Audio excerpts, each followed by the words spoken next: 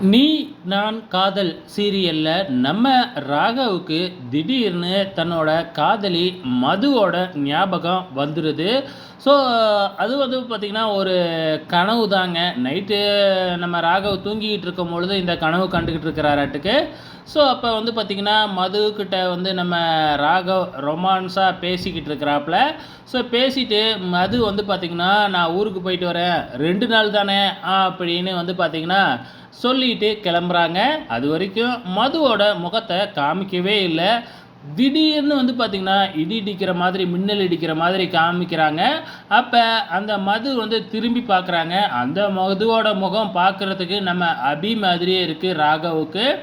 So இப்படி பார்த்துக்கிட்டு இருக்கும் பொழுதே வந்து பார்த்திங்கன்னா திடீர்னு கனவுல இருந்து ஏந்திரிச்சிட்றாப்புல நம்ம ராகவ். ஏந்திரிச்சதுலேருந்து என்ன நம்ம மது எப்படி அபியாக மாறினா அப்படிங்கிற மாதிரி தான் வந்து பார்த்திங்கன்னா ராகவ் புலம்பிக்கிட்டு இருக்கிறாரு. அப்படியே மறுநாள் காலையிலையும் விடிஞ்சிடுது. நம்ம அபி வந்து பார்த்திங்கன்னா தன்னோட கடையில் உட்காந்துக்கிட்டு எப்போ ராகவ் வெளியில் வருவாப்புல அப்படின்னு வெயிட் பண்ணிக்கிட்டு இருக்கிறாங்க. கொஞ்ச நேரத்தில் ஃபோன் பேசிக்கிட்டே வெளியில் வராப்புல. நம்ம அபி வந்து பார்த்திங்கன்னா ராகவை கூப்பிடுறாப்புல. இந்த முறை வந்து பார்த்திங்கன்னா ராகவ் ரொம்பவுமே வித்தியாசமாக இருக்கிறாரு.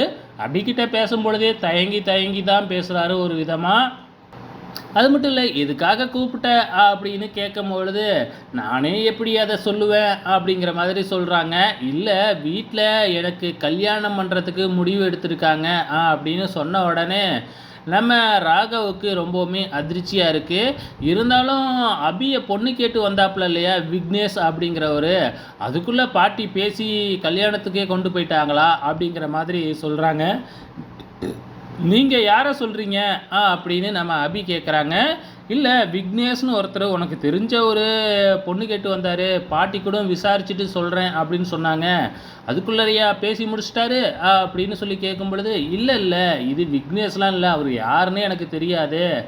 இது வந்து பார்த்திங்கன்னா எங்களோட ஃபேமிலி ஃப்ரெண்டு.